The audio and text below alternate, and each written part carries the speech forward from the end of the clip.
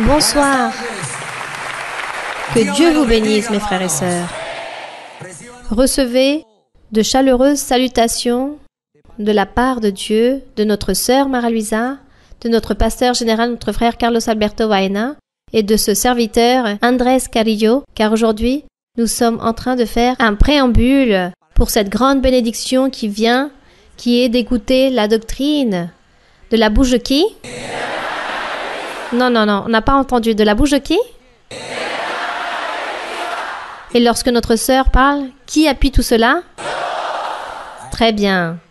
Nous voulons vous dire que nous vous aimons, que nous sommes très heureux.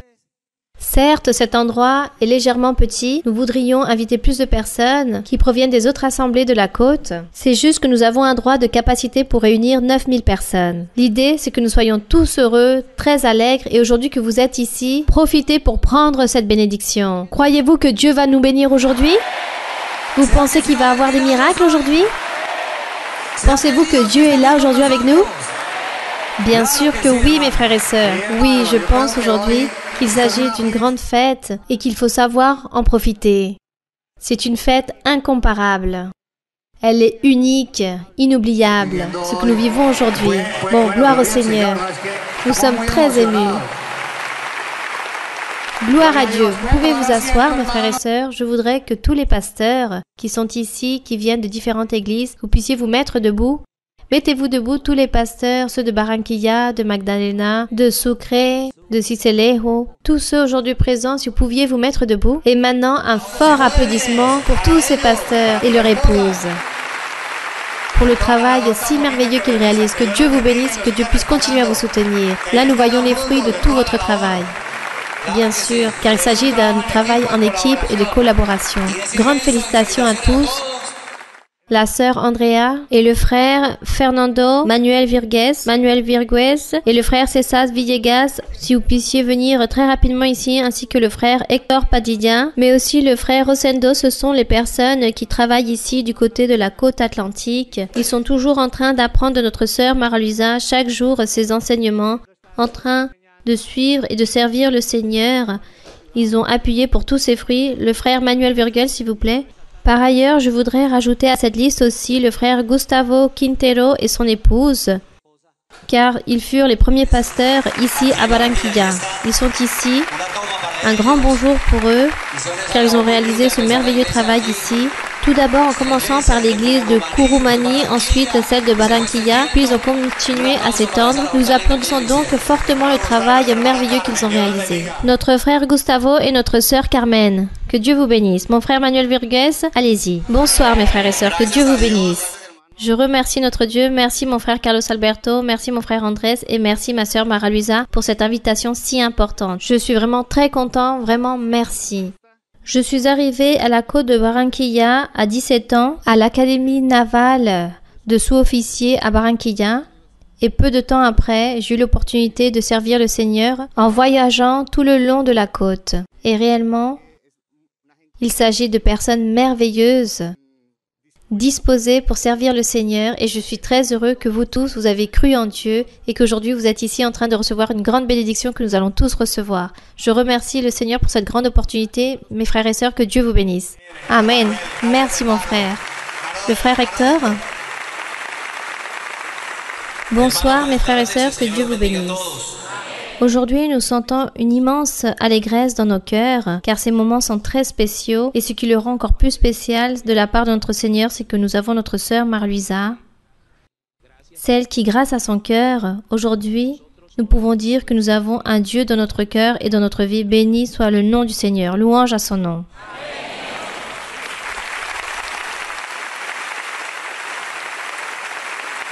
Nous voulons aussi donner la bienvenue à notre frère Carlos Alberto, notre frère Andrés Carillo et tous les frères et sœurs qui nous visitent de différentes villes, de différents pays, car il y a beaucoup de frères qui sont en train de nous rendre visite et c'est une grande allégresse que nous pouvons être aujourd'hui avec vous, que le Seigneur puisse continuer à vous garder et à vous bénir énormément. Gloire à Dieu. Ma sœur Andrea Virguez, notre sœur Andrea, allez-y. Bon, lorsque je suis arrivée à Carthagène, je suis venue pour profiter de tout ce que tu as semé, Manuel. Mon frère m'a emmené sur toute la côte et j'ai été séduite d'absolument de tout.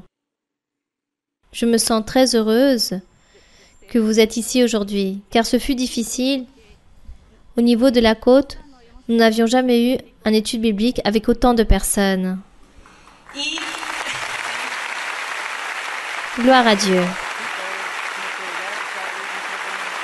Je sais que mon Kindio est toujours en train de voyager très loin, où il y a des opportunités, ils sont là. Toutes mes personnes de Carthagène qui sont là-bas derrière, ma Santa Marta, ma Magdalene, ma Guajira, San Andrés, Urabá, je vous aime, je vous aime. Et je veux vous dire, merci, merci pour m'aimer, pour m'accepter dans vos vies et pour me soutenir, pour me donner votre amour, pour aimer l'œuvre évangélique de notre sœur Mara-Luisa. Merci mes frères et sœurs, je vous aime.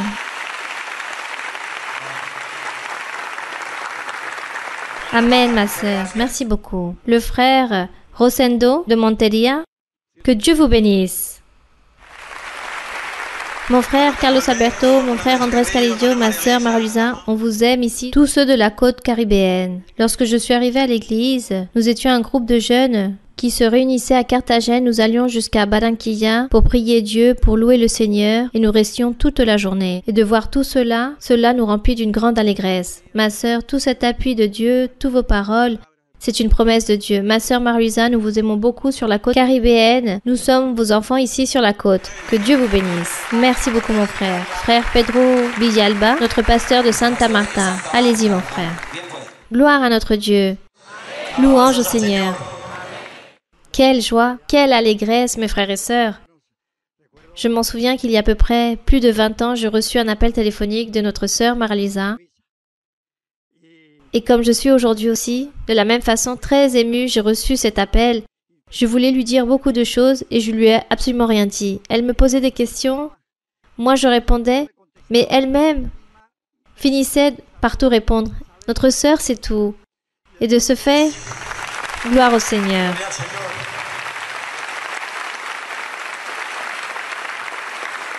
J'ai continué à parler et ce fut des promesses. Bon, le fait est qu'il s'agit de promesses très merveilleuses, très grandes. Et une fois que j'ai raccroché, j'ai réagi et j'ai dit, le Seigneur était en train de me parler. Gloire à notre Dieu. Et aujourd'hui, et qui donne la gloire à qui? C'est cela, il faut répondre, gloire à Dieu. Et aujourd'hui, au fur et à mesure du temps, j'ai pu voir toutes ces promesses accomplies à travers les lèvres de notre sœur Mara-Luisa. Et aujourd'hui, je vois cela qui reflète. Et pour moi, c'est quelque chose d'incroyable. Excusez-moi que je sois si émue. Merci, ma sœur Mara-Luisa. Merci, mes frères et sœurs. Je vous aime. Que Dieu vous bénisse. Gloire à notre Dieu. Que la gloire soit pour notre Seigneur. Merci, mon frère. Que Dieu vous bénisse. Notre frère César Villegas, pasteur de l'église de Carthagène et superviseur aussi de la côte. Mon frère.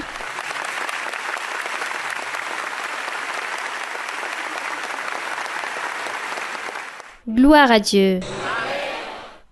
Ma sœur Mara-Luisa, le jour où je suis partie me baptiser, ce fut le frère Louis qui m'a baptisé. Ce jour-là, je travaillais et je me disais, comment vais-je arriver à ces eaux? Comment vais-je y entrer? Comment vais-je en sortir? Car à ce moment-là, j'avais un sentiment d'orgueil vis-à-vis de mon travail. Et ce jour-là, le jour de mon baptême, ce fut quelque chose de très merveilleux. Je suis entrée dans ces eaux, plus précisément au lac des Cygnes. J'y allais avec la tête baissée car j'avais honte. Et un véhicule blanc s'approchait.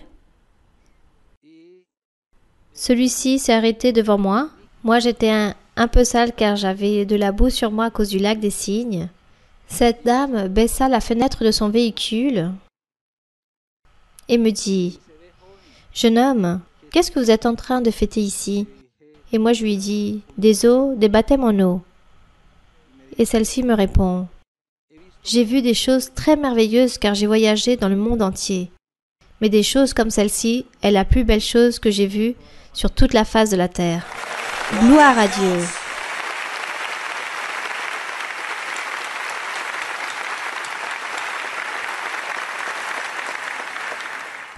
Et lorsqu'elle partit, je me suis redressée automatiquement et je me suis dit, plus jamais j'aurai honte de mon Église.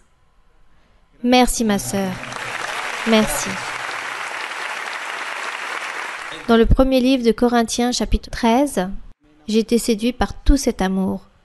J'ai été séduit du don de la prophétie. Mais vous nous avez emmenés à un ciel encore plus haut, ma sœur. À Éphésiens chapitre 4, verset 11. Et nous allons vers là-bas, ma sœur. Merci. Merci, mon frère Carlos Alberto.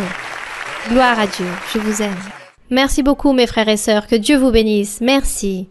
Et maintenant, nous allons recevoir notre sœur Mara-Luisa, notre mère spirituelle, notre guide spirituel au niveau mondial.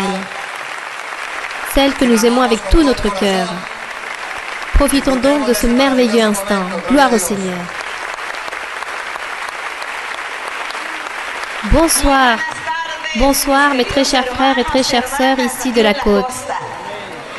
Et tous ceux qui vous entourent. Que Dieu vous bénisse. Et je suis très heureuse de pouvoir être aujourd'hui ici avec vous après de plusieurs années d'absence, mais toujours en train de vous garder dans mon cœur. Toujours, vous m'accompagnez dans mes prières. Dans mes prières, l'Église est toujours là, celle de l'Alaska jusqu'à la Patagonie, tous les États-Unis, toute l'Europe, de tous les continents. J'énumère toujours toutes les églises dans mes pensées et dans mes prières, tous ces endroits où se trouve l'Église, pour demander au Seigneur pour chaque assemblée. Je demande au Seigneur que dans un certain pays, il existe une assemblée peut-être où il y a 10 personnes qui se réunissent et je dis au Seigneur qu'il puisse bénir ces 10 qui se réunissent dans ce pays si lointain. Et que le Seigneur,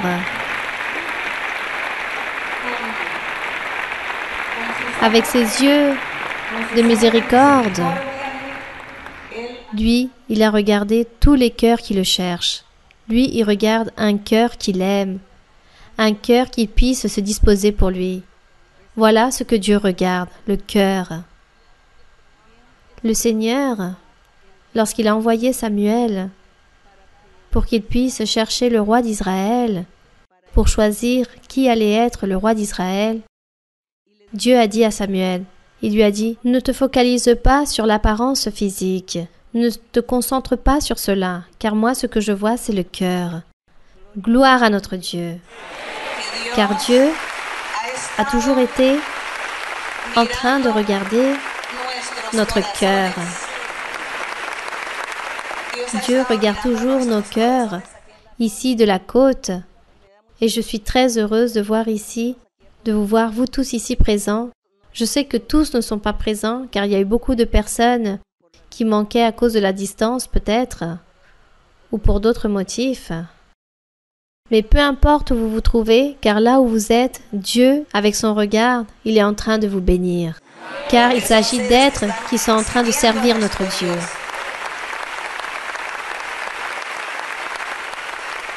Et aujourd'hui, nous allons honorer le Seigneur. Nous allons honorer notre Dieu. Nous allons continuer à analyser les psaumes. Ce sont les cantiques, des cantiques spirituels de l'époque ancienne du peuple d'Israël où le roi David était en train de gouverner Israël. Et depuis cette époque, il existe ces merveilleux cantiques que le même Dieu a inspiré ses propres chanteurs de l'époque et il nous a laissés pour que nous aussi aujourd'hui nous puissions continuer à lire ou établir une mélodie, une musique en train de chanter le Seigneur selon nos propres talents. Ceux qui n'ont pas le talent de chanter ou d'interpréter une musique ou de jouer de la musique avec un instrument, vous pouvez chanter avec votre gorge car c'est aussi un instrument pour Dieu, chanter et lire le psaume. Mais ces psaumes si merveilleux ont un message très profond. Alors, vous pouvez vous asseoir, mes frères et sœurs, et nous allons lire et ouvrir notre Bible dans le psaume 55. Nous allons honorer notre Dieu. Rappeler les vécus de notre Seigneur Jésus-Christ. Les psaumes aussi représentent les vécus du Seigneur Jésus-Christ. Ce que lui, il a vécu, ce que lui, il a souffert, ce que lui a fait qu'il a rendu heureux, ce qu'il a pu profiter lorsqu'il était sur la terre en train de prêcher sa parole. Lui, il fut persécuté par l'ennemi et Dieu toujours le gardait et faisait attention à lui, le Père céleste, pour ainsi le garder et le protéger et faire qu'il aille vers l'avant. Mais également le Seigneur Jésus dans les psaumes, à part de parler de sa vie, lui aussi, il prie et parle à la place du peuple des croyants. Lui, il parle au Père céleste pour nous. Lui, c'est l'intermédiaire. Nous n'avons pas la capacité de parler à notre Dieu, de nous exprimer par rapport à nos pensées, de convaincre Dieu, de démontrer à Dieu que nous l'aimons ou que nous souffrons ou que nous avons besoin de son aide dans n'importe quel moment de la vie. Nous n'avons pas peut-être les mots pour nous exprimer devant notre Père. Et le Seigneur Jésus-Christ, lui, il le fait dans les psaumes, en train de parler pour nous. Lui, c'est notre avocat, notre médiateur. Et lui, beaucoup de fois, il parle au Père pour son Église, pour ses croyants. Il se fait passer pour les personnes, pour que Dieu, toujours, puisse être miséricordieux de nous, les êtres humains, pour que Dieu ne puisse jamais nous oublier, jamais nous abandonner. Tout cela pour l'amour de Jésus-Christ, de tout ce qu'il a fait sur terre, de tout ce qu'il a souffert. Tout cela pour nous, pour son Église. Et c'est pour cela que nous n'allons pas décevoir le Seigneur. Et maintenant que Dieu nous a appelés et a permis que nous puissions le connaître, que nous puissions être dans ce chemin, que nous puissions connaître les œuvres de Dieu, que nous puissions connaître sa parole, son pouvoir, maintenant qu'il a permis que nous aussi nous puissions avoir ces grandes opportunités que non tous les ont, aujourd'hui, nous allons récompenser notre Dieu en donnant le meilleur de nous-mêmes et donner tout ce qu'il y a de plus grand dans notre être, car lui, il mérite tout. Dieu mérite cela. Et c'est de cette façon que nous, en train de lire dans le psaume 55, apparemment le Seigneur Jésus-Christ était en train de parler au Père, en train de raconter qu'il avait un grand ennemi et que cet ennemi était en train de lui faire beaucoup d'iniquités. Mais nous aussi, si nous comparons cette vie avec la nôtre, aujourd'hui aussi nous nous rendons compte que nous avons un grand ennemi et que cet ennemi, tous les jours de notre vie, il est contre nous, d'une manière ou d'une autre, en train d'essayer de nous faire et de nous rendre la vie impossible, en train d'établir des pièges et des obstacles dans notre vie. Mais nous remercions notre Dieu, car Dieu sera toujours à nos côtés pour nous aider, pour continuer vers l'avant, et pour que nous puissions assumer et nous fortifier dans toutes ces persécutions de cet adversaire contre nous. Psaume 55. Le Seigneur dit au Père, « Ô Dieu, prête l'oreille à ma prière. » Il dit, « Et ne te dérobe pas à mes supplications. » Et c'est très beau de la manière comme il commence la prière. Il lui dit qu'il écoute sa prière et que Dieu ne se cache pas de nos supplications. C'est très beau car nous aussi, ici, nous apprenons à prier. Et nous devons aussi imiter cette manière de prier. Et lorsque nous imitons le Seigneur dans nos prières, le Seigneur nous écoute encore plus. Il dit « Écoute-moi » dans le verset 2. Écoute-moi, il dit à Dieu « Écoute-moi et réponds-moi. » Gère ça et là, dans mon chagrin, et je m'agite, à cause de la voix de l'ennemi et de l'oppression du méchant. Car ils font tomber sur moi le malheur et me poursuivent avec colère. Le Seigneur, en train de parler sûrement, lorsque lui il était sur terre, il a été persécuté par beaucoup de personnes, et l'ennemi qui était le diable, en train d'utiliser toutes ces personnes qui persécutaient le Seigneur, tous ces amis de Jésus ou ses frères, qu'il s'agissait du même territoire, les mêmes Juifs, sont devenus ennemis du Seigneur et ont persécuté le Seigneur, aidés par ce grand adversaire appelé le diable. Et il dit dans le verset 4, « Mon cœur tremble au-dedans de moi, et les terreurs de la mort me surprennent. » Le Seigneur Jésus disait cela dans sa prière. Mais je ne pense pas que le Seigneur Jésus eût senti cette peur si forte. Je pense que le Seigneur Jésus, cette prière, il l'a réalisée pour nous, car nous, à un certain moment de notre vie, nous vivons également aussi par des moments très difficiles, des moments de terreur, d'angoisse, de douleur. Et c'est là lorsque nous avons besoin de quelqu'un qui puisse venir nous aider, nous appuyer, nous secourir. Nous avons besoin de ça. Le Seigneur Jésus-Christ, lui, il n'avait pas besoin de cela. Mais lui, il savait que nous, les êtres, nous avions besoin de cela, et c'est pour cela que lui, il clamait le Seigneur, le Père, en lui disant « De la même façon que je suis en train de souffrir en tant qu'humain, toi, tu écouteras les prières de ceux qui seront devant toi en train de te supplier, et toi, tu les écouteras, et tu leur répondras. » Et le Seigneur Jésus aussi, sûrement, lors de cette prière, il écrit en disant « Ceux qui liront et qui puissent apprendre de ce psaume apprendront à prier et vont apprendre à s'exprimer et de comment se présenter devant Dieu. » Tant de choses que le Seigneur Jésus faisait et fait à travers ses écrits et dans sa manifestation pour nous enseigner. Le Seigneur Jésus nous enseigne d'une manière ou d'une autre. De différentes façons, le Seigneur nous enseigne. Il nous enseigne à travers des rêves, des visions, la prophétie, des révélations. Il nous enseigne aussi avec les miracles qu'il réalise, avec tous les prodiges, à travers les témoignages des personnes, les vécus, les expériences de chaque personne, de chaque être humain, des choses bonnes, des choses mauvaises.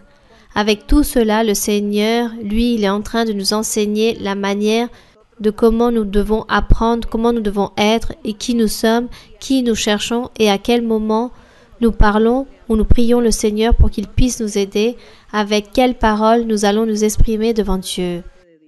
Tout cela, ce sont des outils que le Seigneur nous donne pour que nous puissions nous présenter devant la présence du Seigneur. Alors le Seigneur ici, de plusieurs façons, dans le verset 5, il dit « La crainte et l'épouvante m'assaillent et le frisson m'enveloppe. » C'est à nous que toutes ces choses épouvantables sont arrivées. C'est nous qui avons vécu tant de choses dans la vie, des jours mauvais, des jours d'affliction, et nous avons besoin de Dieu. Nous avons eu besoin de son aide. Mais Dieu aussi, il a toujours été attentif. Car lui, il est cet intermédiaire divin, le Seigneur Jésus-Christ. Il avait fait son travail. Il avait déjà réalisé son travail. Il a fait son travail pour que nous puissions aujourd'hui être libres, heureux et que nous puissions nous présenter devant la présence du Seigneur et lui en train de nous écouter, car il y a eu quelqu'un qui a été là pour nous et qui a parlé pour nous, qui s'est dirigé à notre place. Et nous ici, nous sommes ici car c'est le Seigneur Jésus-Christ qui fut le premier, qui est venu sur la terre, qui s'est comporté en tant qu'humain et ensuite il s'est présenté devant la présence de Dieu.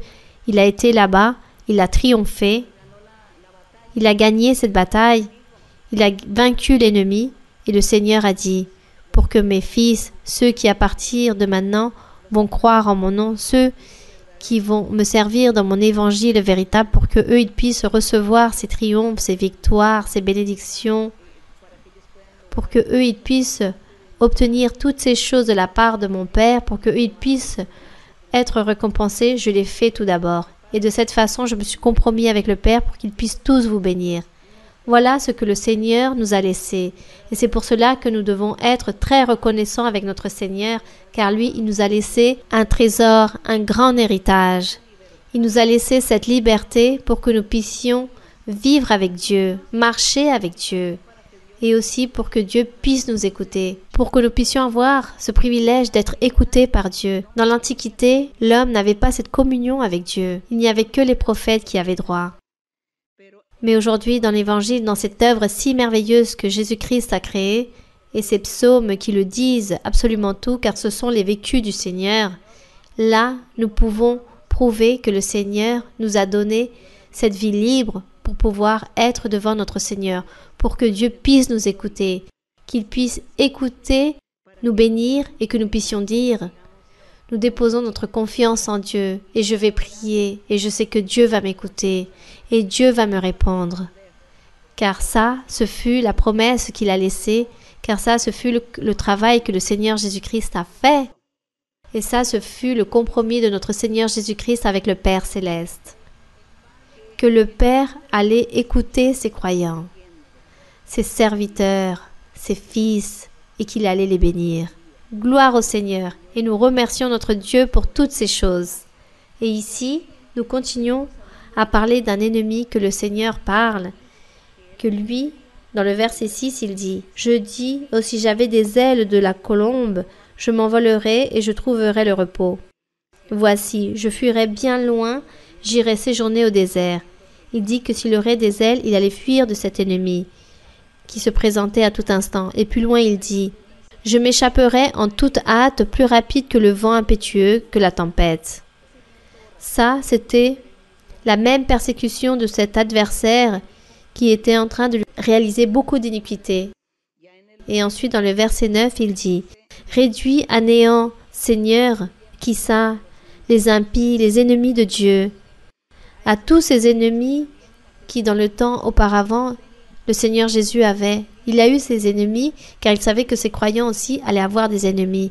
Lui, il fut persécuté par le diable, car le Seigneur Jésus savait que ses croyants, ses serviteurs, allaient être persécutés aussi par le diable. C'est pour cela que le Seigneur a vécu toutes ces expériences et il a triomphé. Et il nous a dit, vous aussi, va vous arriver la même chose.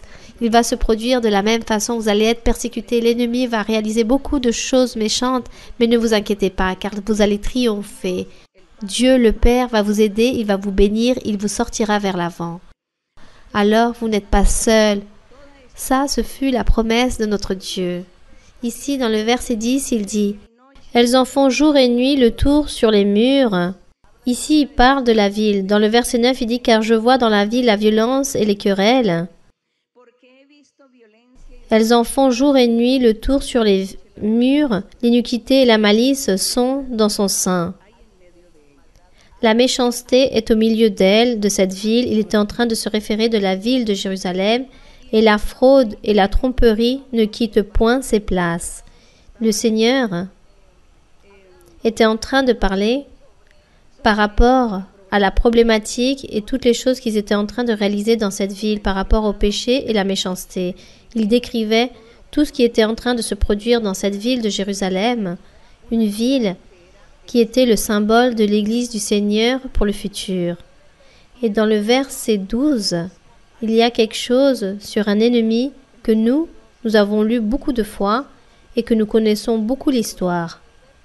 Dans le verset 12, si vous voulez le lire, ou si vous avez la Bible, si vous pouvez lire ce verset, « Ce n'est pas un ennemi qui m'outrage, je le supporterai. Ce n'est pas mon adversaire qui s'élève contre moi, je me cacherai devant lui. » Ici, le Seigneur commence à énumérer certaines choses sur un ennemi.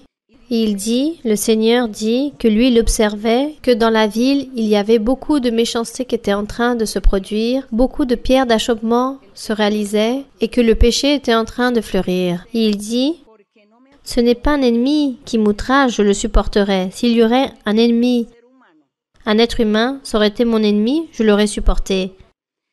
Ce n'est pas mon adversaire qui s'élève contre moi, en parlant d'un être humain. Je me cacherai devant lui. Et le Seigneur dit dans le verset 13, « Alors qui s'est affronté au Seigneur ?» Il dit, « C'est toi que j'estimais mon égal, toi, mon confident et mon ami. » Et maintenant, je pense que nous pouvons nous imaginer de qui il s'agissait, car le Seigneur Jésus était en train de parler de quelqu'un qui était en train de le persécuter et qui allait lui réaliser une grande iniquité. Il dit, ça aurait été un être humain qui se serait affronté contre moi, j'aurais pu le supporter. Mais il dit, c'est toi, mon ami, Vous vous rappelez, mes frères et sœurs, que le Seigneur Jésus a nommé 12 apôtres, n'est-ce pas? Il marchait avec 12 apôtres. Mais l'un d'entre eux a trahi le Seigneur. Et celui qui a trahi le Seigneur, réellement, ce ne fut pas l'être humain qui l'a trahi, mais ce fut le diable, qui est entré et qui a possédé cet homme pour qu'il puisse se convertir en l'ennemi de Jésus-Christ et pour qu'il puisse le trahir. Il se réfère à lui, le Seigneur, lorsqu'il dit « Mais toi, mon égal, que j'estimais mon confident, mon ami », lisez le verset 14. Ensemble, nous vivions dans une douce intimité. Nous allions avec la foule à la maison de Dieu. Alors lui, il dit, le Seigneur dit que ça l'a beaucoup blessé, que ce fut l'un de ses disciples.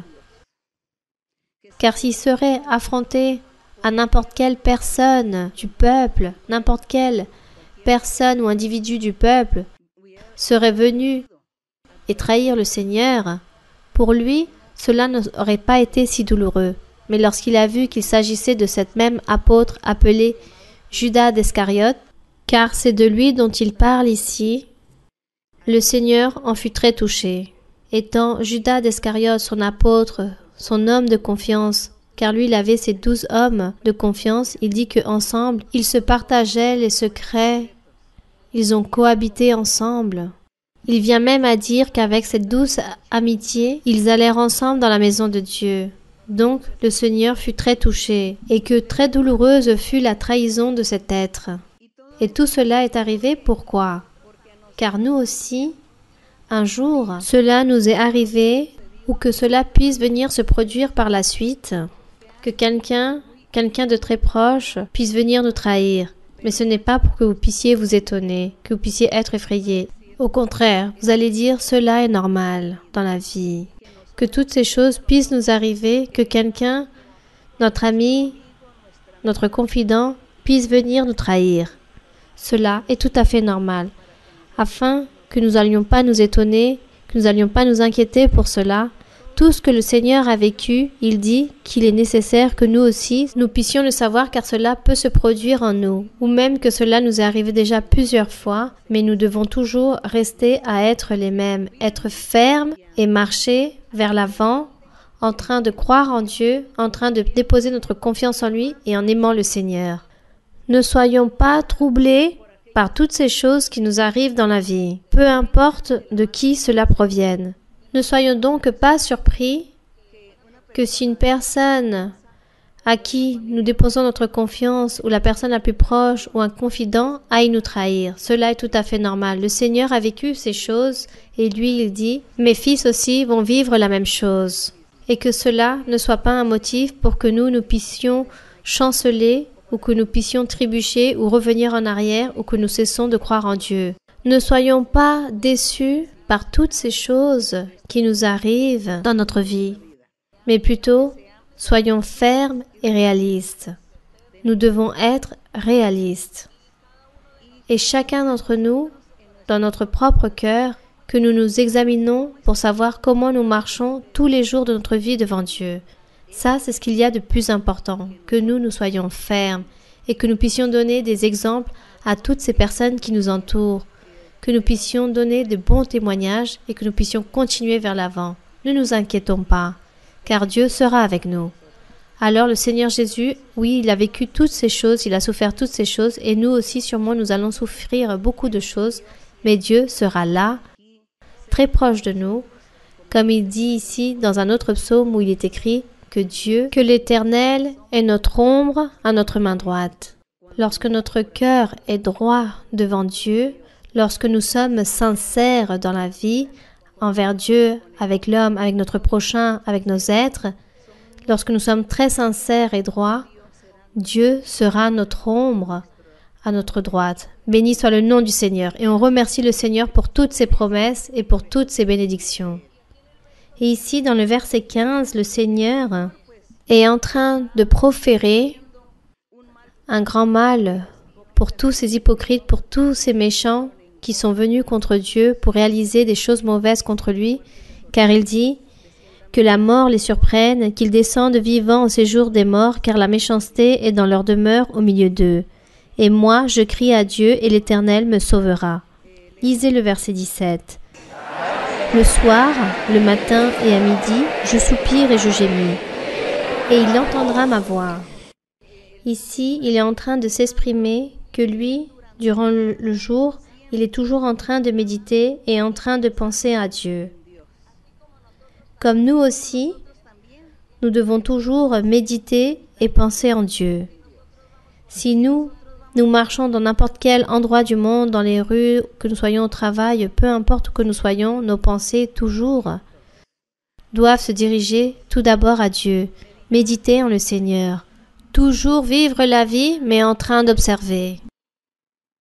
Mais non pour faire des choses mauvaises, mais pour faire et suivre les bons exemples et les bonnes œuvres des autres, au pouvoir admirer ceux qui font des bonnes œuvres, et pour le reste, nous sommes juste en train d'observer et d'analyser et apprendre à vivre. Apprendre à dire « J'aime ce que ces hommes ou ces femmes font » ou dire « Je n'aime pas ce que ces hommes ou cette femme sont en train de faire car ces personnes ne sont pas honnêtes, elles ne sont pas loyales, elles ne sont pas sincères. Moi, je ne veux pas être comme ces personnes. Moi, je veux être un homme droit ou une femme parfaite devant Dieu. » Nous, en tant que croyants en Jésus-Christ, en tant qu'enfants de Dieu, nous devons toujours être en train de méditer dans notre vie de tous les jours et toujours nous apprenons de la vie des personnes. Les personnes, la vie, le monde, c'est notre école où nous voyons des choses bonnes et mauvaises. Apprenons les choses bonnes, choisissons les bonnes choses et admirons les personnes qui font de bonnes œuvres, qui ont de bons comportements. Et fuyons et évitons de déplaire ou de faire des choses insensées qui peuvent souiller les autres, qui peuvent me souiller ma propre vie, ma stabilité émotionnelle et ceux des autres. Évitons toutes ces choses car Dieu est en train de toujours de nous regarder, alors que nous n'oublions jamais de méditer en le Seigneur. Nous n'allons pas dire que nous devons prier le matin, le midi, le soir, à une heure précise, ou sinon, tout cela serait mécanique. Mais par contre, tous les jours de notre vie, oui, prendre 5 minutes pour prier le Seigneur et remercier notre Dieu pour la vie, pour la journée qui s'est passée, pour la journée qui vient.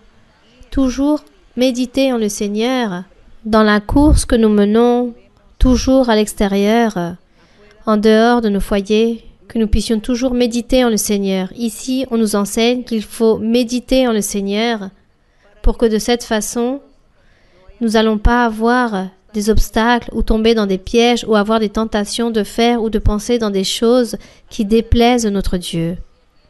Et ici, le Seigneur est en train de donner l'enseignement et il est en train de donner l'exemple. Dans le verset 18, il dit que Dieu délivrera de leur approche et me rendra la paix, car ils sont nombreux contre moi. Dieu entendra et il les humiliera, lui qui de toute éternité est assis sur son trône, car il n'y a point en eux de changement. Ils ne craigneront point Dieu.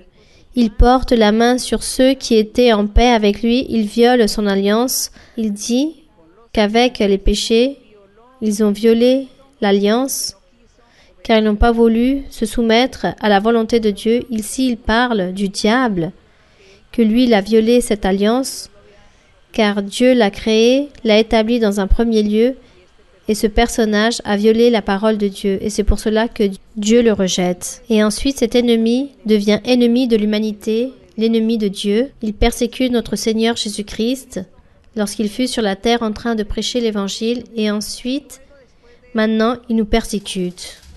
Mais nous ne sentons pas tellement la persécution de l'ennemi car Dieu est toujours là, attentif pour nous consoler. Dieu est toujours en train de nous consoler. Toujours. À chaque fois que chacun d'entre nous, nous avons un problème, une tribulation, une angoisse, un danger, nous avons un accident ou la perte d'un être cher, quelque chose de triste nous afflige, nous disons, nous allons à l'église, et nous allons demander la prophétie pour que Dieu nous parle. Pour que Dieu nous parle et nous console. Car ça, c'est notre consolation. Et parce que nous avons ce Dieu. Parce que nous avons ce Dieu puissant que le Seigneur Jésus-Christ nous a laissé ici dans ce psaume, dans cette prière. Il nous a laissé le Seigneur, le guide de comment nous présenter devant Dieu et quoi lui dire et de quelle façon lui parler et quels mots utiliser devant notre Dieu. Donc nous avons ce Dieu merveilleux que le Seigneur Jésus-Christ nous a enseigné. Et on le remercie car aujourd'hui nous sommes en train de profiter de la présence d'un être surnaturel, un être très puissant. Pour beaucoup de personnes qui disent ne pas croire en Dieu, mais nous ici, nous croyons car nous le sentons. Nous croyons car nous avons vu ces miracles, ces prodiges. Nous avons vu toutes les guérisons que Dieu a réalisées et de la manière comment il a protégé et gardé les personnes de certains dangers. Nous avons écouté les témoignages des personnes et c'est pour cela que nous savons que Dieu vit, qu'il existe et que Dieu, ce n'est pas un mythe, ce n'est pas une légende. Et que nous sommes en train d'expérimenter ce Dieu tout-puissant. Donc, mes frères et sœurs, nous devons tous les jours être encore plus attentifs à la parole de Dieu, à la manière de comment valoriser, respecter notre Dieu, valoriser la parole de Dieu, valoriser que Dieu a fait tant de promesses en nous qu'il est en train de nous soutenir. Sans son appui, on ne serait pas ici et que lui, il mérite l'honneur, la gloire et la louange. Alors, je vous invite pour que vous puissiez continuer à lire les psaumes. Ici, dans les psaumes, vous allez apprendre à prier. Vous apprenez à louer le Seigneur. Vous apprenez à vous présenter devant le Seigneur. Si vous ne trouvez pas des mots, car parfois il y a des personnes qui disent « je ne sais pas prier », les mots ne sortent pas, je ne sais pas comment m'exprimer, que dois-je dire? Lisez les psaumes. Dans un psaume, nous pouvons trouver beaucoup de sujets par rapport à beaucoup de situations, mais nous trouvons les mots de louange, les paroles de prière. Comment prier et comment louer le Seigneur. Alors, je vous invite, chacun d'entre vous, pour continuer à suivre et à lire les psaumes, en espérant de pouvoir les garder dans notre cœur et en mémoire, pour que nous puissions toujours répéter ces belles paroles à notre Dieu. Car il existe tellement de mots qui existent et qui sont écrits ici, et que nous pouvons les répéter au Seigneur, dites par le Seigneur Jésus-Christ, à travers de la bouche du roi David ou des chanteurs d'Israël. Ce sont des mots que nous pouvons dire, et Dieu est là pour les écouter. Dieu ne va pas s'irriter, car il voit que nous sommes en train d'apprendre ces écrits qu'il a laissés, ces écrits que Dieu a permis qu'ils puissent rester là dans la Bible, et que beaucoup ont été ennemis de vouloir faire disparaître ce livre, mais cela ne s'obtiendra jamais, car il s'agit de la parole de Dieu. Et Dieu continuera toujours, durant les siècles et les siècles, durant toutes les générations, en train d'enseigner et en train de se manifester à des cœurs qui sont disposés, des cœurs qui sont prêts pour recevoir les choses de Dieu. Alors, mes très chers frères et très chères sœurs de la côte atlantique, je vous aime en le Seigneur, je suis tout le temps en train de me rappeler de vous et je vous félicite, car hier j'étais réunie avec les prêcheurs, avec tous les pasteurs, et je sais que les paroles de chaque pasteur, il s'agissait de votre cœur, car chaque pasteur a parlé pour vous, de ce que vous vivez et de tout ce que vous ressentez. Alors, merci beaucoup. Et nous allons donc chanter au Seigneur un cantique pour pouvoir commencer avec toutes nos questions de ce soir, avec les questions que vous avez apportées, que vous avez préparées. Nous allons continuer à honorer le Seigneur de cette façon avec les questions et nous allons chanter un cantique.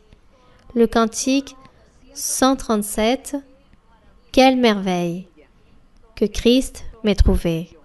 Nous allons chanter au Seigneur.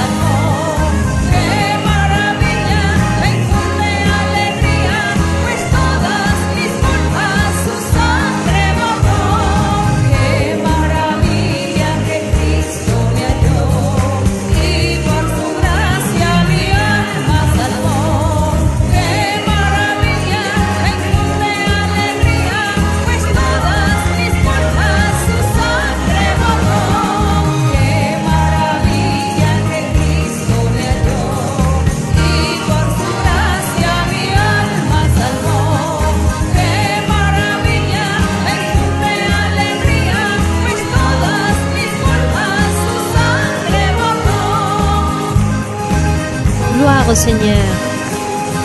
Gloire à notre Dieu. Gloire au Seigneur. Pouvez vous asseoir. Et maintenant, nous allons donc commencer avec les questions que vous avez pour ce soir.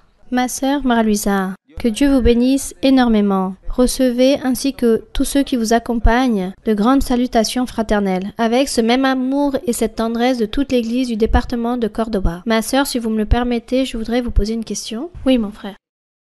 Dans Apocalypse, dans le chapitre 2 et 3, nous lisons le message des 7 églises. Chaque message, nous trouvons des phrases ou des expressions. Je connais tes œuvres, ton travail, mais j'ai des choses contre toi. Ma sœur, ma question est sur les choses que Dieu réclame. Par exemple, dans le chapitre 2, dans le verset 4, il dit la chose suivante. Apocalypse 2, 4. Oui, ma sœur. Mais ce que j'ai contre toi, c'est que tu as abandonné ton premier amour. Dans le même chapitre, verset 9, il dit « Je connais ta tribulation et ta pauvreté, bien que tu sois riche, et les calomnies de la part de ceux qui se disent être juifs et ne le sont pas, mais qui sont de synagogue de Satan. » Ma sœur, ma question est, à quel moment le croyant tombe dans cette situation? S'il vous plaît, ma sœur, si vous pouviez m'expliquer.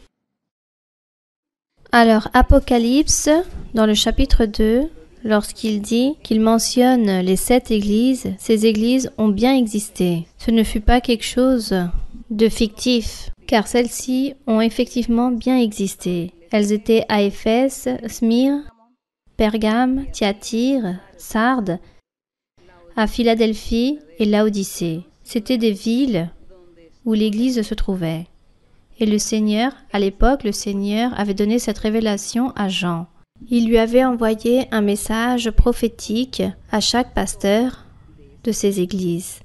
Mais ici, il ne nomme pas le pasteur, mais l'ange de l'église. Il parle de l'ange de l'église, mais il s'agissait du pasteur.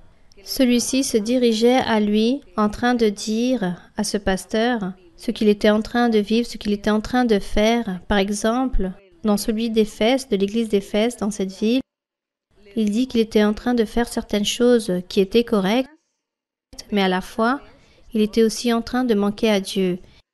Il n'était pas en train de vivre une vie droite, complète, devant Dieu.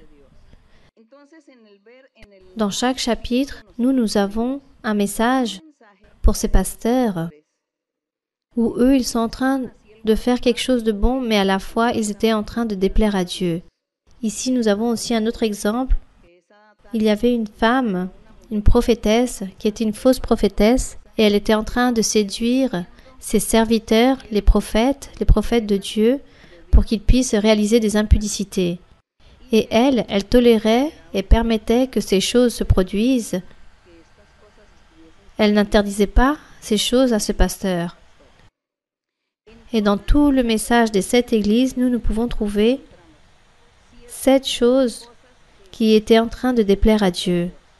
Il y avait aussi, nous pouvons trouver des points favorables. Pourquoi tout cela a été écrit? Pourquoi le Seigneur a fait tout cela d'envoyer ces messages à ces 7 églises? Car le Seigneur a vu que dans le futur, les personnes, les autres générations allaient vivre aussi les mêmes choses. Autant qu'êtres humains que nous sommes comme un cercle. Nous sortons d'un point et nous revenons à ce même point. Donc le Seigneur, prenant en compte que dans le futur, les personnes allaient vivre les mêmes choses, il a envoyé tous ces messages pour que tout cela puisse être écrit, pour que nous puissions apprendre, comme eux, il leur est arrivé des choses à l'époque d'avant, toutes ces choses, toutes les bonnes choses qu'ils ont fait et toutes les mauvaises choses qu'ils ont fait aussi, ainsi que le châtiment que le Seigneur allait donner, tout cela va nous arriver aujourd'hui aussi. Cela peut nous arriver. Et c'est pour cela que nous devons lire et apprendre. Nous devons apprendre et garder les bonnes choses pour pouvoir le mettre en pratique. Mais tout ce qui est mauvais, le rejeter et garder notre vie spirituelle. C'est pour cela que le Seigneur dit que celui qui vaincra et qui gardera jusqu'à la fin mes œuvres, je lui donnerai autorité sur les nations. Il les pètera avec une verge de fer comme on brise les vases d'argile, ainsi que moi-même j'en ai reçu le pouvoir de mon Père. Ça, ce sont des paroles du Seigneur Jésus qu'il était en train de révéler à Jean. Et il dit que celui qui vaincra, je lui donnerai l'étoile du matin. Que celui qui a des oreilles entende. Donc ça, c'était les bénédictions que Dieu était en train d'offrir pour ceux qui étaient obéissants. Et cela est arrivé donc dans la vie réelle à l'époque d'avant. Cela aussi peut nous arriver aujourd'hui. À chaque fois que nous lisons toutes ces choses, toutes ces narrations, toutes ces histoires, car il s'agit d'histoires de révélations que Dieu a données à Jean, nous devons apprendre. Nous devons apprendre à obéir à Dieu. Nous devons apprendre à savoir ce qu'il faut faire, qu'il faut obéir à la parole du Seigneur. C'est cela. Ça, ce sont les exemples que nous avons toujours ici pour toujours lire et toujours apprendre. C'est pour cela que les personnes disent, il y a des gens qui disent, pourquoi il faut lire la Bible? Il y a même beaucoup d'églises, beaucoup de religions évangéliques et d'autres religions qui ne lisent plus la Bible. Ils disent que la Bible, il s'agit d'un livre qui est passé de mode et que cela, on n'en a plus besoin. Donc les personnes commencent à inventer, à parler de plein de choses, de sociologie, de psychologie, de psychiatrie, ou débattent sur les relations humaines, tant de choses dans l'assemblée, mais jamais ces personnes lisent la Bible car ils disent pourquoi lire la Bible. Cela est arrivé aussi à certains personnages, oui, cela est arrivé aux personnages. Mais comme Dieu est le même hier, aujourd'hui et pour toujours, car on dit que Dieu ne change pas, on dit que le même Dieu qui a existé hier est le même qui existe aujourd'hui, et ce même Dieu sera aussi là demain. Et par conséquent, toutes ces choses qui se sont produites, nous aussi un jour nous allons les vivre, ou du moins certaines choses similaires vont se produire, et le jour où cela va nous arriver, alors nous ne savons pas ni comment trouver des solutions aux problèmes, nous ne savons pas quoi faire, qu'est-ce que nous devrons faire. Alors, bien sûr que nous savons ce qu'il faut faire. Il faut lire la Bible et là, la Bible nous enseigne qu'est-ce qu'il faut faire. Donc, il est bien nécessaire, il est donc dispensable de devoir lire la Bible. Nous devons bien évidemment lire la Bible, car nous prenons cet exemple pour l'actualité, car Dieu n'est pas passé de mode, car Dieu est le même. Donc, les prières qu'un certain personnage a peut-être réalisées ici devant Dieu, et Dieu l'a écouté, alors, moi aussi j'apprends et moi aujourd'hui avec mon problème ou ma difficulté, je prie le Seigneur et Dieu m'écoute. Car ici, Dieu a écouté un personnage, alors aujourd'hui, moi aussi, Dieu va m'écouter. Car Dieu ne change pas, c'est le même. N'oublions jamais que Dieu est le même hier, aujourd'hui et pour toujours. Il faut donc lire la Bible, il faut continuer à lire la Bible, car ça, ce sont des exemples pour notre vie de tous les jours. Continuons avec une autre question. Oui, mon frère. Bonsoir, ma sœur Mara-Luisa. Quelle allégresse que vous puissiez partager avec nous. Aujourd'hui, un petit groupe de l'église de Valledupar a pu venir se réunir. Ma sœur Mara-Luisa, je voudrais vous remercier pour cette famille si grande que vous m'avez donnée. Et avant de poser ma question, je voudrais vous dire, ma grande aimée Mara-Luisa, que depuis maintenant déjà 11 ans, les frères et sœurs du César et moi-même, nous sommes en train de vous attendre et nous souhaitons avec tout notre cœur vous avoir parmi nous là-bas à Valledupar. Nous sommes ces brebis qui appartiennent à votre troupeau, appuyés, alimentés et enrichis par vos enseignements. Vous êtes toujours en train de nous paître avec votre sagesse et votre intelligence et secourus à travers vos prières. Cependant, vous nous manquez énormément, ma sœur. Nous souhaitons recevoir plus d'amour de votre part là-bas avec nous. Ma sœur Mara-Luisa, dans l'étude biblique du chapitre 11 de l'évangile de Matthieu, vous nous avez appris verset par verset. Dans le verset 12, vous nous enseignez par rapport à être courageux. Car à la fin du verset, il dit « Le royaume des cieux est forcé et ce sont les violents qui s'en emparent. » Vous nous avez expliqué par rapport à comment être ces combattants. Et en analysant par rapport à ce verset, dans le livre d'Éphésiens, dans le chapitre 6, à partir du verset 12. Éphésiens 6. Oui, ma sœur. Éphésiens 6, verset 12. Car l'apôtre Paul dit que notre lutte, c'est contre les dominations, les autorités, les princes de ce monde de ténèbres, contre les esprits méchants des lieux célestes. Et l'apôtre dit, soyez revêtis des armes de Dieu afin de pouvoir tenir ferme contre les ruses du diable. Et du verset 14 au 17, l'apôtre dit, c'est pourquoi soyez fermes, ayez à vos reins la vérité pour ceinture, revêtez la cuirasse de la justice. Mettez pour chaussure à vos pieds le zèle que donne l'évangile de paix. Prenez par-dessus tout cela le bouclier de la foi avec lequel vous pourrez éteindre tous les traits enflammés du malin. Prenez aussi le casque du salut et l'épée de l'esprit qui est la parole de Dieu. Alors ma sœur, ma question est par rapport à être courageux ou violent, que signifie donc exactement lorsqu'il dit « Ayez à vos reins la vérité pour ceinture, revêtez-vous de la cuirasse de justice, prenez le bouclier de la foi ». De quelle foi? La foi de l'Évangile ou la foi de croire et d'agir? Et prendre le casque du salut et l'épée de l'esprit. Comment pouvons-nous comprendre le casque du salut? Merci beaucoup ma sœur et que Dieu vous bénisse. Donc, Éphésiens 6, dans le verset 10 où il dit, l'apôtre Paul dit, « Mes frères, fortifiez-vous dans le Seigneur. » Verset 11, « Revêtez-vous de toutes les armes de Dieu. » Il dit qu'il faut être revêti de toute l'armure de Dieu. À quoi sert être revêti ainsi? Pour être ferme contre les ruses du diable. Car la persécution du diable, c'est vraiment quelque chose de très grand, c'est quelque chose de très fort. Et dans le verset 12, il dit l'apôtre, « Car nous n'avons pas à lutter, donc nous les êtres humains, nous ne luttons pas contre les êtres humains, car nous n'avons pas de lutte contre la chair et le sang, c'est-à-dire nous ne luttons pas contre les autres êtres humains.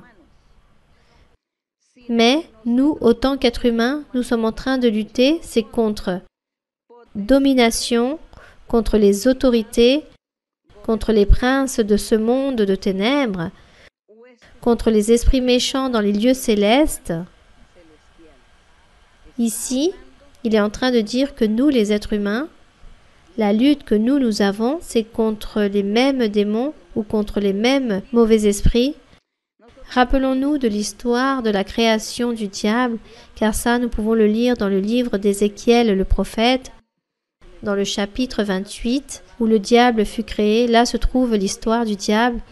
Il dit que Dieu a rejeté le diable avec tous ces millions de milliards d'esprits, avec toute son armée.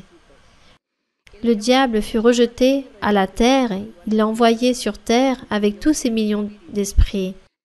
Ça, c'est l'armée, ce sont ses adversaires ou ses ennemis que nous avons, c'est-à-dire le diable et toute son armée. Eux, ce sont nos ennemis. Et c'est pour cela que nous ne luttons pas contre un autre être humain. Si dans un foyer, dans une famille ou dans un couple marié, lui, par exemple, il est trop violent,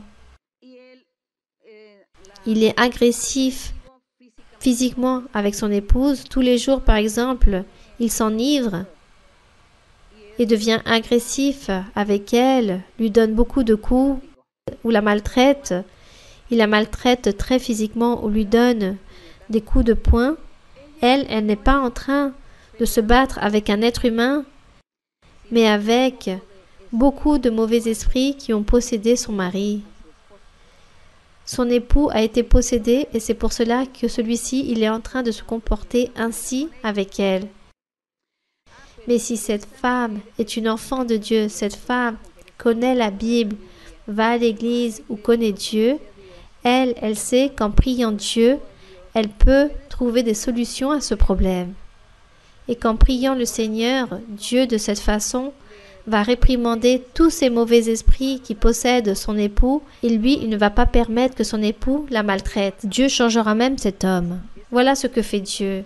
Car elle n'est pas en train de lutter contre un être humain, mais avec autre chose que lui-même ne se rend compte que de mauvais esprits sont en train de le posséder, en train de parler de cette manière d'inimitié. Et si on parle maintenant de famille ou de problèmes avec des individus de l'extérieur, lorsque les personnes commencent à tirer des coups de feu, à tuer des personnes sans savoir pourquoi ni pour quelle raison, ou lorsqu'une personne prend un camion et écrase un grand nombre de personnes. Qui fait cela? Les démons qui sont en train de posséder, en train d'habiter cette personne. Et ceci, peu importe son âge, que ce soit un homme, une femme ou un jeune. Le fait que ces mauvais esprits viennent et possèdent cette personne, habitent en elle et incitent à faire toutes ces choses, toutes ces méchancetés.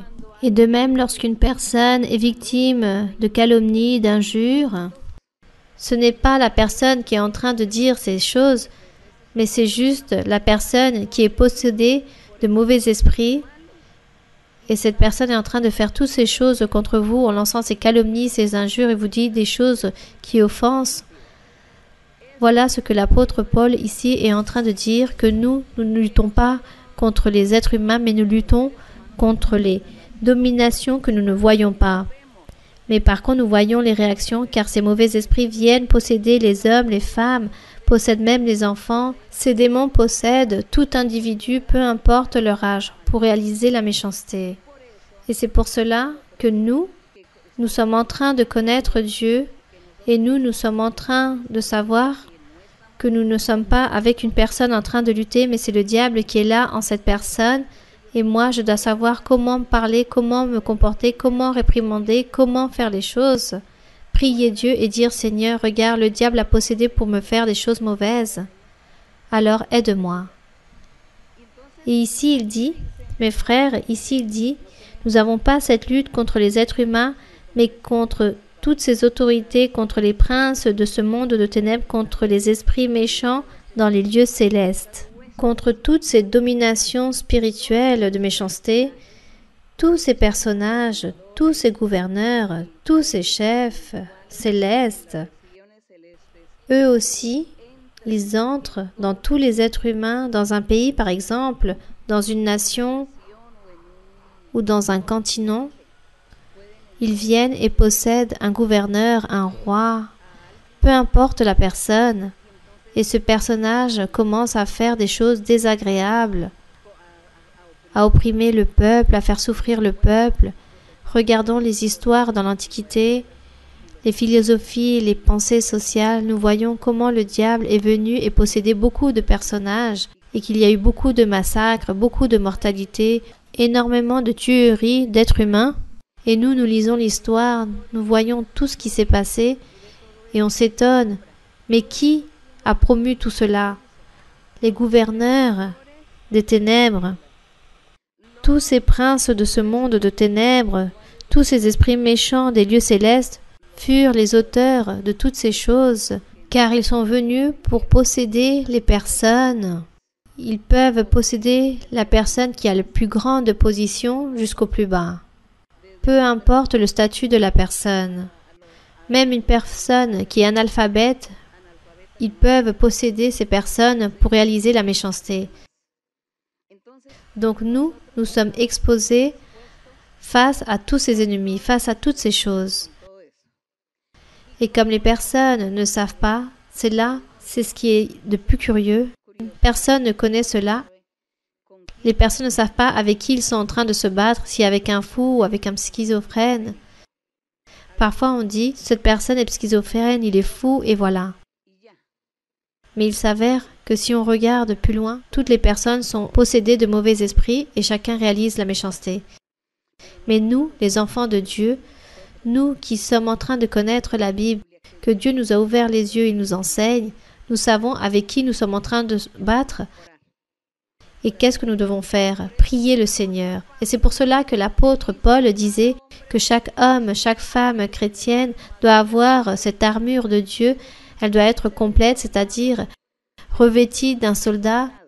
Et ici, il dit que l'armure du soldat, il dit dans le verset 13, « C'est pourquoi prenez toutes les armes de Dieu, afin de pouvoir résister dans le mauvais jour, c'est-à-dire le jour de la tribulation, et tenir ferme après avoir tout surmonté. Tenez-vous donc ferme, ayez vos reins, la vérité pour ceinture. » Donc le frère disait, qu'est-ce que être ferme et avoir les reins, la vérité pour ceinture? Il faisait comprendre ici que nous devons marcher dans la vérité de Dieu. Connaître Dieu et savoir où nous allons, qui nous sommes et où nous marchons. Qu'est-ce que nous sommes en train de croire? Ça, c'est la vérité, la parole de Dieu, l'évangile du Seigneur, le véritable chemin qui mène à la vie éternelle. Ça, c'est la vérité, laquelle nous devons la garder dans notre être. C'est pourquoi il dit que nous devons attacher à nos reins cette ceinture, car la ceinture s'attache toujours aux reins, comme les soldats qui eux-mêmes aussi portent une ceinture sur eux. Il dit que cela signifie la vérité de la connaissance de Dieu. Il dit aussi qu'il faut se revêtir de la cuirasse de la justice. Qu'est-ce que la cuirasse sur un soldat? Qu'est-ce que la cuirasse sur un soldat? N'est-ce pas quelque chose qu'ils posent ici sur leur torse, quelque chose de dur? Donc tout cela laisse penser qu'il s'agit de l'armure d'un soldat, d'un uniforme d'un soldat romain, de ceux de l'époque. Car ici il dit « Mettez pour chaussure à vos pieds le zèle que donne l'évangile de paix. » C'est-à-dire qu'ils devaient porter à leurs pieds comme ce soldat, comment il était chaussé lorsqu'il marchait pour affronter une bataille. Il dit que nous aussi, spirituellement, nous devons porter cette armure ou revêtie de cette façon, et rien de plus que nos pieds doivent porter l'évangile véritable de notre Seigneur Jésus-Christ. Qui signifie que si vous partez en voyage, si vous allez dans votre foyer, voir votre famille, vos voisins, peu importe où que vous alliez, vous devez d'une manière ou d'une autre, vous êtes témoin de Dieu et quelqu'un va vous demander qu'est-ce que vous êtes en train de faire. Et vous allez parler, je vais à l'église, je cherche Dieu, je lis la Bible. Et ça, vous le faites en marchant, car si vous êtes statique, immobile dans un seul lieu, personne ne va vous connaître et personne ne va avoir l'opportunité de parler avec vous. Donc vous ne pouvez pas évangéliser. Alors que si vous utilisez vos pieds, vous bougez, vous sortez, alors là vous avez l'opportunité de parler aux personnes et de dire que vous connaissez la parole de Dieu. Voilà ce qu'il dit ici par rapport à mettre des chaussures à ses pieds. Il dit ensuite, prenez le bouclier de la foi. Donc le frère demandait quelle est la foi de l'évangile de Jésus-Christ ou est-ce le fait de déposer sa confiance en Dieu? Je pense que le bouclier, il s'agit d'une protection, n'est-ce pas? Le bouclier me protège de beaucoup de choses, car on a pu constater que les soldats romains aussi portent un bouclier. Ils ont cet outil de protection, car si on leur lance des pierres, des flèches ou peu importe, ils le mettent devant, ils peuvent se protéger de cette façon. Et l'apôtre dit que nous, spirituellement aussi, nous devons porter un bouclier. Et le bouclier, c'est cette confiance en Dieu, cette sûreté en Dieu, ma conviction en Dieu. Ma conviction et ma sûreté et ma confiance en Dieu. Ça, c'est un bouclier. C'est ça qui me défend de l'ennemi lorsque l'ennemi vient contre moi pour me faire des choses mauvaises, pour me blesser, pour me faire quelque chose de mauvais, alors ma sûreté en Dieu ne va pas le permettre. Car par le fait d'avoir cette sûreté, de déposer ma confiance en Dieu, qu'est-ce que je fais? Je me mets à prier. Je prie immédiatement. Et dire, Seigneur, regarde ce qui est en train de se produire. Regarde ce qu'on dit sur moi, qu'on va faire ou ne pas faire, ou ainsi et cela. Ça, c'est notre bouclier, car je suis confiante en Dieu, car nous avons cette sûreté en Dieu. Donc nous prions le Seigneur. Et que fait le Seigneur? Il nous aide. Donc là, nous sommes revêtus. Nous avons cette armure de Dieu qui est invincible, mais elle est posée sur nous. Et que celle-ci ne soit jamais ôtée de notre corps. Car si on nous l'enlève, alors l'ennemi viendra automatiquement pour nous surprendre. Le casque du salut. Le casque, c'est quelque chose qui se porte sur la tête. Oui, quelqu'un peut suggérer de parler d'un casque, d'une motocyclette. Par exemple, les motards portent ici un casque. Je ne sais pas comment on pourrait dire dans d'autres pays. D'un système de sécurité, d'un dispositif, un bonnet de protection. Le fait est de protéger la tête. Pourquoi la tête? Car la tête, c'est ce qu'il y a de plus vulnérable, le plus délicat qui existe dans un être humain, d'un homme ou d'une femme. Et la tête doit être toujours protégée. Si on ne protège pas la tête d'un n'importe quel coup reçu, la personne peut mourir automatiquement. Cependant, celle-ci ne va pas mourir si elle se casse une jambe ou un bras, tandis que la tête, oui, elle a de grandes séquelles. C'est pourquoi on parle du casque ici. C'est pourquoi il dit surtout prenez aussi le casque du salut, car c'est ce qui peut sauver. C'est pourquoi ceux qui montent sur des motocyclettes, si cette personne a souffert un accident et portait un casque. Sa tête n'a pas été blessée, elle a sauvé sa vie. Cette personne s'est blessée mais a sauvé sa vie. Spirituellement, nous aussi, si nous avons ce casque du salut et l'épée de l'esprit, car c'est la parole de Dieu, comment avec tout cela sera notre salut? Car une fois que nous nous retrouvons face à une grande problématique, ou que nous vivions une grande souffrance ou une menace, ou que nous soyons au pied du mur, dans une situation difficile et nous savons quoi faire, alors à ce moment-là, je dépose ma confiance en Dieu, je clame le Seigneur car l'Esprit de Dieu, Dieu sera à mes côtés, Dieu est avec moi. Alors je prie le Seigneur, je supplie le Seigneur et je dis que je veux recevoir une consolation de la part de Dieu et qu'il me dise quoi faire. Car je ne trouve aucune sortie. Que dois-je faire? Je pars, je m'en vais, je reviens. Que dois-je faire? Et Dieu dit qu'il commence à parler. Il nous parlera et il nous dira « Continue vers l'avant » ou nous dira plutôt « Reste immobile, car je ne vais pas permettre que rien de cela apparaisse. Je vais te rendre invisible. » Voilà ce que Dieu fait avec nous. Donc regardez l'armure, cette armure si invisible que nous avons et que nous devons avoir. Celle-ci est en train de jouer un rôle très important dans notre être, dans notre vie spirituelle. Et on remercie notre Dieu pour avoir ce Dieu si merveilleux. C'est une fierté d'avoir ce Dieu si merveilleux. Bien, gloire au Seigneur. Nous allons donc maintenant nous mettre debout. Nous allons nous mettre debout et nous allons prier notre Dieu. Nous allons remercier le Seigneur pour ces moments. Et nous allons remercier le Seigneur, prier et demander à Dieu pour toutes les maladies, pour toutes ces maladies incurables, pour les maladies du cerveau, pour les maladies des os, de la peau, du sang, tout genre de maladies que vous pensez que vous êtes en train de souffrir en ce moment même. Lors de la prière, parlez au Seigneur et dites au Seigneur tout ce que vous sentez, tout ce que vous souffrez, pour que le Seigneur puisse être miséricordieux et fasse ce miracle dans votre vie. Nous allons aussi demander au Seigneur par rapport à toutes vos nécessités ou besoins, car je pense que sûrement aujourd'hui il y aura beaucoup de pétitions qui vont se faire pour les vœux que vous avez, pour tous ces souhaits que vous avez dans votre cœur. Nous allons demander au Seigneur. Et de cette façon, nous allons conclure notre étude d'aujourd'hui, sans bien avant remercier notre Dieu. Merci aussi à tous les frères et sœurs qui ont coopéré ici pour réaliser cet événement qui est si grand, car nous avons besoin de beaucoup de personnes. Ils ont même passé des nuits sans dormir. Et nous venons juste ici pour profiter du moment. Et ceux qui ont travaillé toute la semaine et qui ont établi leur épaule pour tout cela. Alors, je remercie le Seigneur. Merci mes frères et sœurs. Et je suis très heureuse de voir que l'Église a beaucoup grandi ici, au niveau de la côte. Moi, j'espère, disons que j'ai ces souhaits dans mon cœur. Comment pourrais-je vous le dire?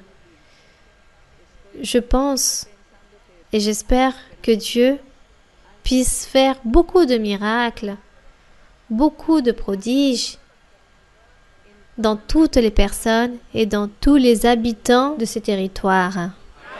Que Dieu puisse bénir, que Dieu puisse libérer et que Dieu puisse changer les pensées de beaucoup de personnes, que les personnes puissent apprendre à valoriser l'existence de Dieu. Nous allons donc prier le Seigneur et demander au Seigneur que nous sommes ici devant sa présence et qu'il puisse nous aider. Qu'il puisse nous aider à lui plaire, à changer et à faire la volonté du Seigneur, car c'est ce qu'il veut. Nous allons donc prier le Seigneur. Béni soit notre Dieu, le Père de notre Seigneur Jésus-Christ. Merci. Nous te remercions, Seigneur, pour ta parole, pour tes promesses. Merci, Seigneur, car il y a plus de 20 ans, qu'ici, sur la côte, a commencé ton œuvre et que tous les frères et sœurs qui ont participé en cela, ils l'ont fait avec beaucoup de tendresse, beaucoup d'allégresse. Ils ont disposé leur cœur et tous ont été séduits par ta parole, par tes promesses, par tes prophéties. De tout ce que tu nous parlais, Seigneur, nous avons toujours vécu, séduits par ton nom.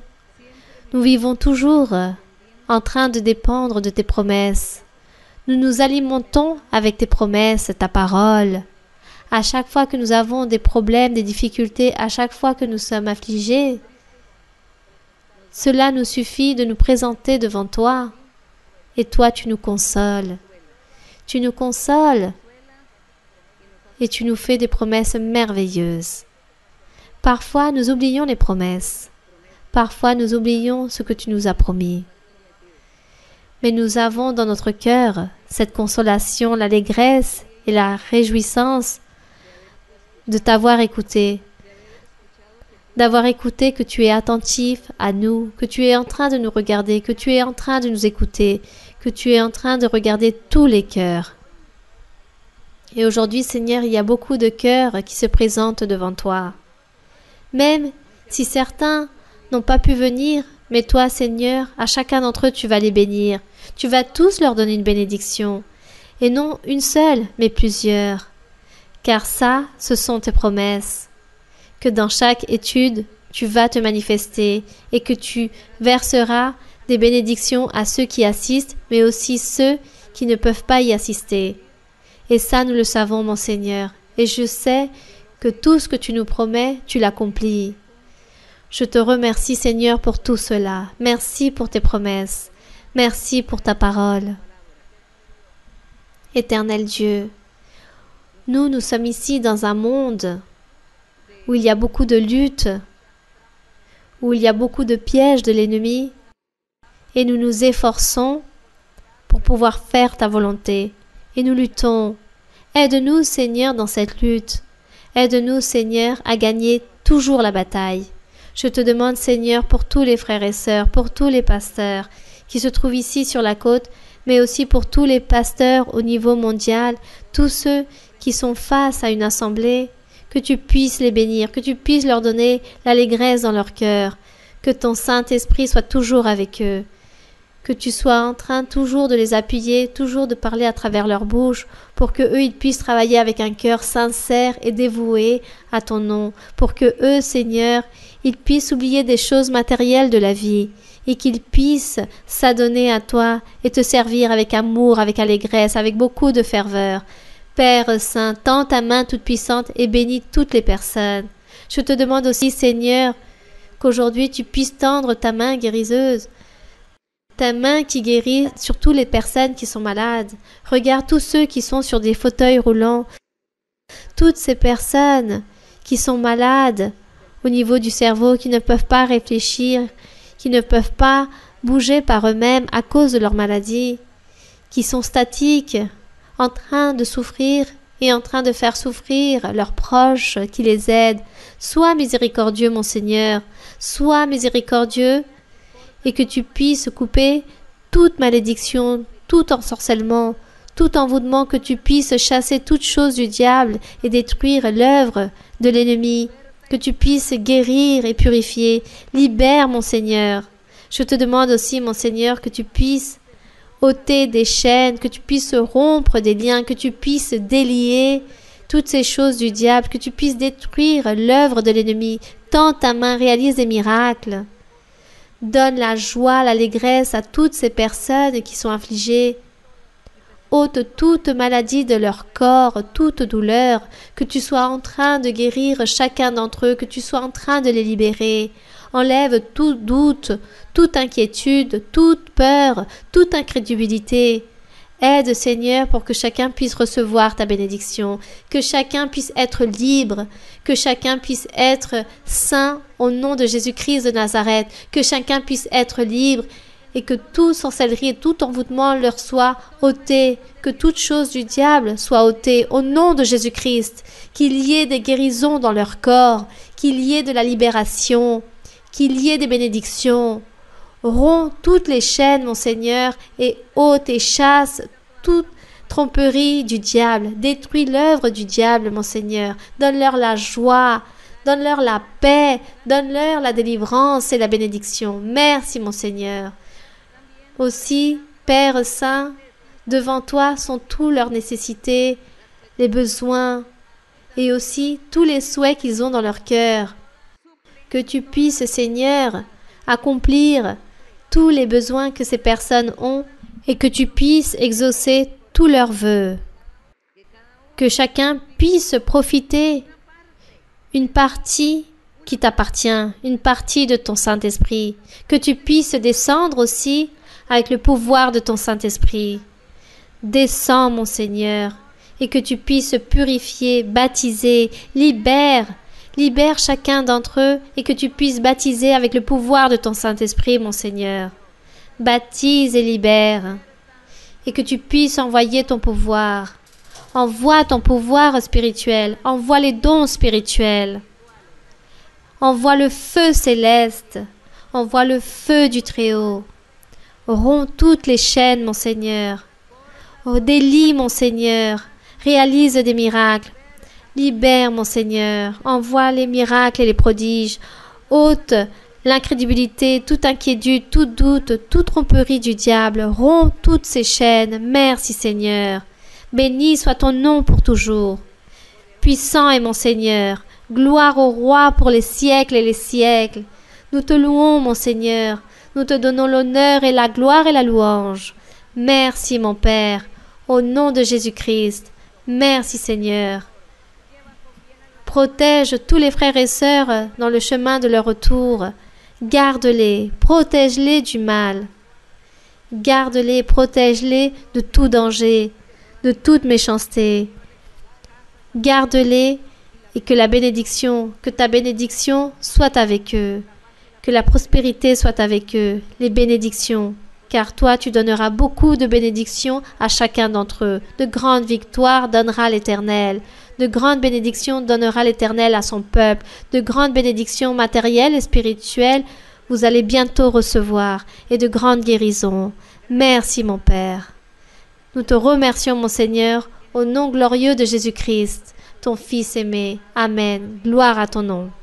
El gozo del Señor mi fortaleza es, el gozo del Señor mi fortaleza es, el gozo del Señor mi fortaleza es, y su gozo sin medida Él te da. Si tienes ese gozo puedes tú cantar, si tienes ese gozo puedes tú danzar, si tienes ese gozo puedes tú gritar, y su gozo sin medida Él te da. El gozo del Señor mi fortaleza es, el gozo del Señor mi fortaleza es, el gozo del Señor mi fortaleza es, y su gozo sin medida Él me da. Si tienes ese gozo puedes tú cantar, si tienes ese gozo puedes tú danzar, si tienes ese gozo puedes tú gritar, su gozo sin medida Él te da. Gloire au Seigneur. On remercie notre Dieu, chantant au Seigneur aussi ce cantique qui dit « Je viens te dire ». Te vengo a decir, oh mi Salvador, que yo te amo a ti, que yo te amo a ti, con el corazón. Te vengo a decir, te vengo a decir toda la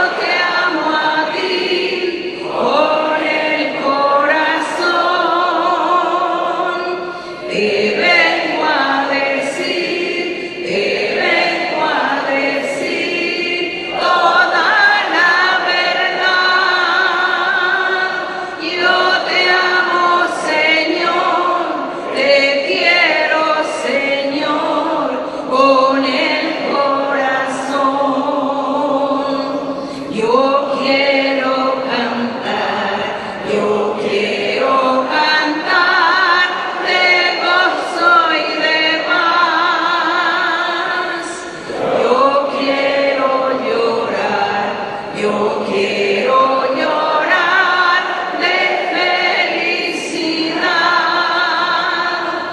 Te